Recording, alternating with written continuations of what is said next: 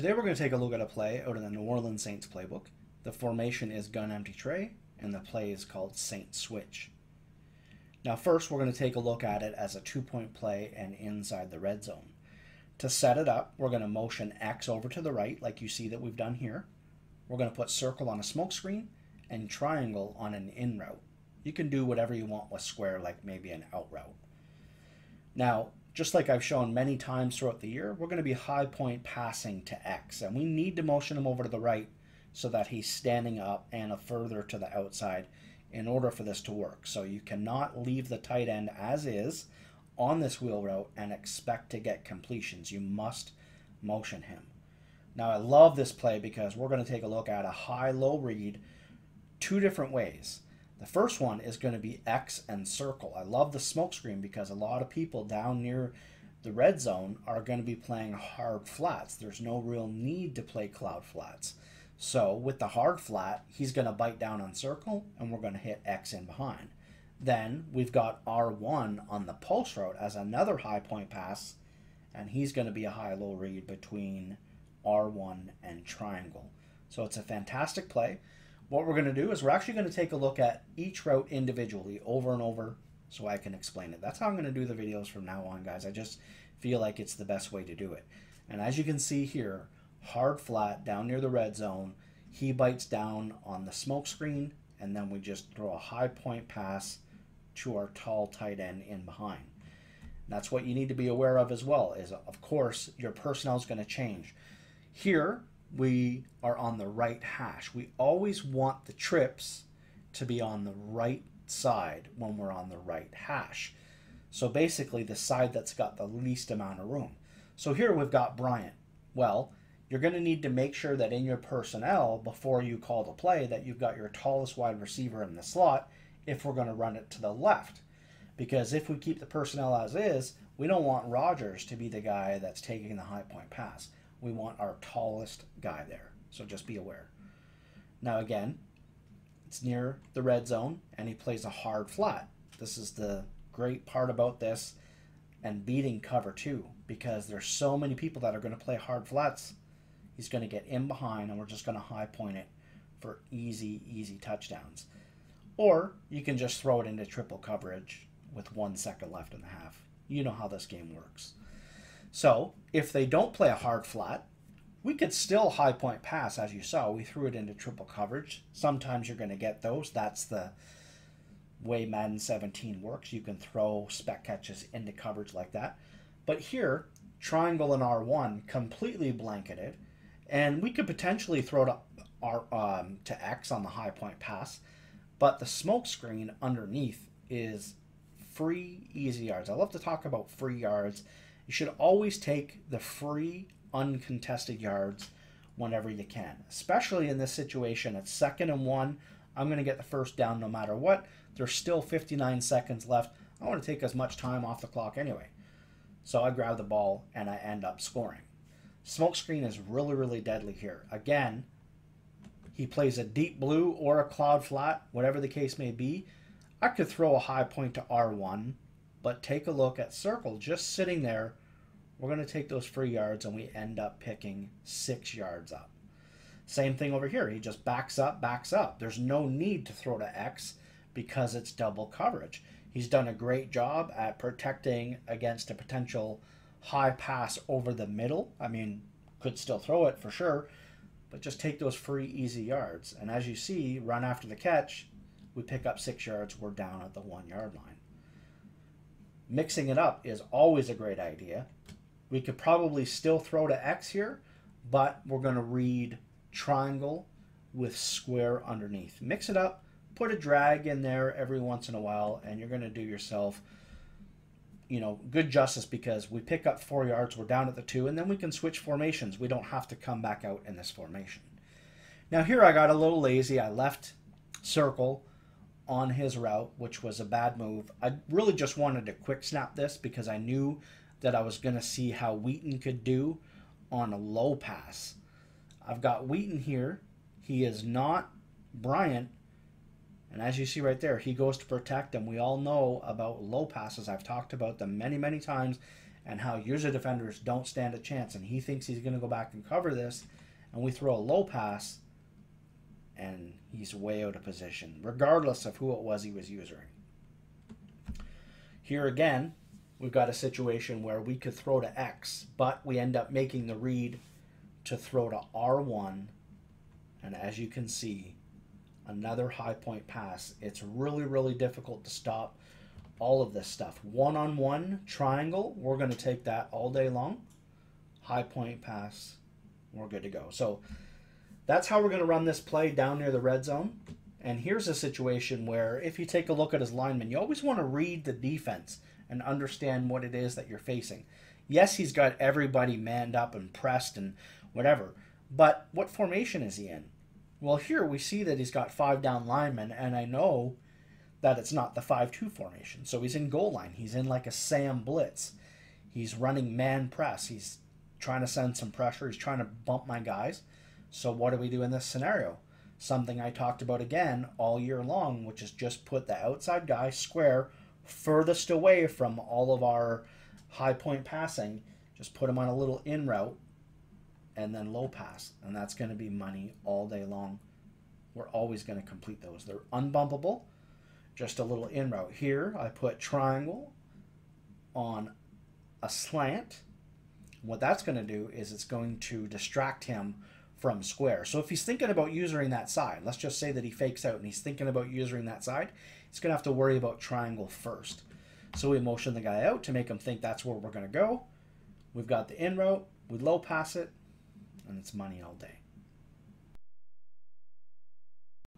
And next we're going to look at some things that we can do with this play other than just down near the end zone and high point passing. There's really a lot of different setups that you can use out of this particular play and the formation in general. Now we're going to be showing some other plays as we go on, but let's first take a look at the mesh concept. We're going to put R1 and X on drag routes. That's going to be great against man, zone, blitzes. We're just going to take advantage of a mesh concept. Now a lot of the mesh concepts have corner routes. Well, here we've got the post route, and I really like that to go with the mesh concept because R1 and X are going to go to the sidelines, and now we've got triangle over the middle. Then we've got the 2 outside streaks to pull away defenders, leaving R1 and X potentially wide open on the sidelines. Now, on this play, there's 1 regular streak and there's 1 fade. Square is on an unbumpable fade, and as you can see, he's made it in behind the defender. Now, the icon is covering the safety that's actually over top, so in this case, we're not going to throw it. But if we want to take a quick look at square, and if it's just single coverage and they're bumping, then we can get a free release and just lob it in for a touchdown. Now circle in this case is also behind his defender, but that's just because he beat the block, or sorry, he beat the press and he ends up getting in behind as well. But that's not the one you want to look at. You always want to be looking at the unbumpable fade, which in this case here, because we're running it flipped, is square. So we just take the drag over to the sideline. Like I said, there's a lot of different setups that we can do, a lot of different things that we can do. And one of the things I love here is take a look at the slot defender bumping our receiver. If we leave X on his wheel route, all we want to do is if the slot defender bumps our slot receiver, we want to low pass and pick up some nice free easy yards. I love talking about those free yards, and this is exactly what we've got here. Because he's engaged with our receiver, he's not going to be able to make a play. As you see, we end up picking the first down up, 3 yards, and it's just really, really easy. Again, we low pass, and this time we pick up 7 yards. Now this time he's over there. For whatever reason, my opponent was ready for that. So we need to read that, of course. We're not just going to throw it blindly anytime we see the defender bumping. So what we do in this scenario is we just wait for the play develop, and we've got X in behind that flat defender, that linebacker or defensive back, whoever it is, and he's trying to go over and cover triangle. So we just pass lead into the open space to X for a nice gain. Like I said, there's a lot of things because of the wheel, because of the post. We can do drags. Of course, another example of high point passing Um, and I really like R1 on his route. Now here he only pulls down one defender. We can lob it in behind for easy yards, but you're actually going to notice that a lot of times R1 is going to pull down multiple defenders. Hopefully we see an example of it here. I'm motioning the guy in because I'm just kind of labbing, trying to figure out different setups, different things that we can do. But I'm just showing you that we can have success just running a lot of different things. Always keep your opponent off balance. Never just run the same thing over and over. But here again, square on the unbumpable fade.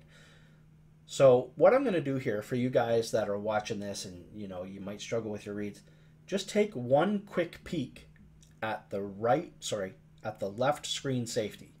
If he jumps over top, if he rolls over to the middle of the field and square beats that press, because it is press coverage, and he's going to beat it if it is man press or whatever, because it is an unbumpable fade. So he's going to get in behind and we can just lob it up.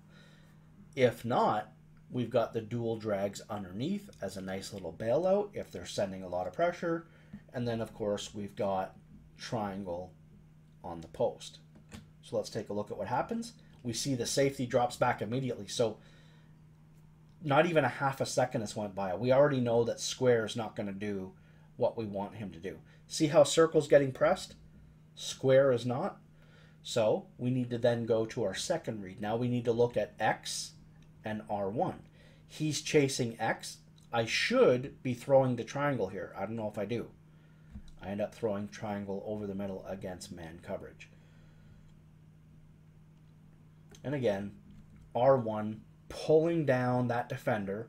We kind of roll out. We're going to have either X or triangle. X is a pass lead to the inside, or triangle is just a regular bullet pass in that scenario, and we end up picking up the yards.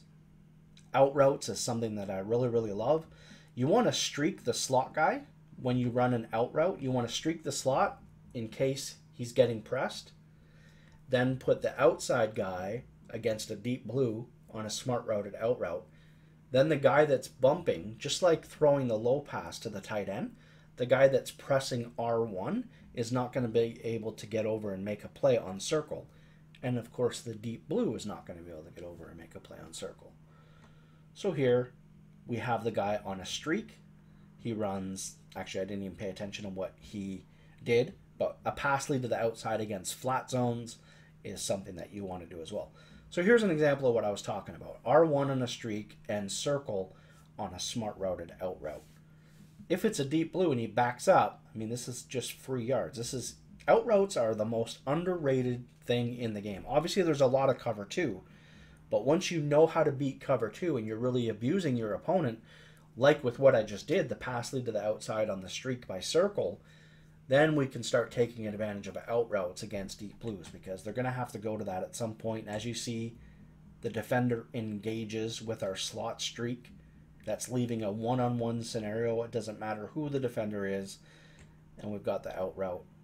We're out of bounds. We get to save our timeout. It's as simple as that. Put a guy on a flat route. Just make some adjustments on the play. I absolutely love it. Here's another example down near the red zone. We want to high point, but we've got triangle on the drag and square in behind just in case. Take a peek at what happens here, and then we low pass to square because it's an easy read.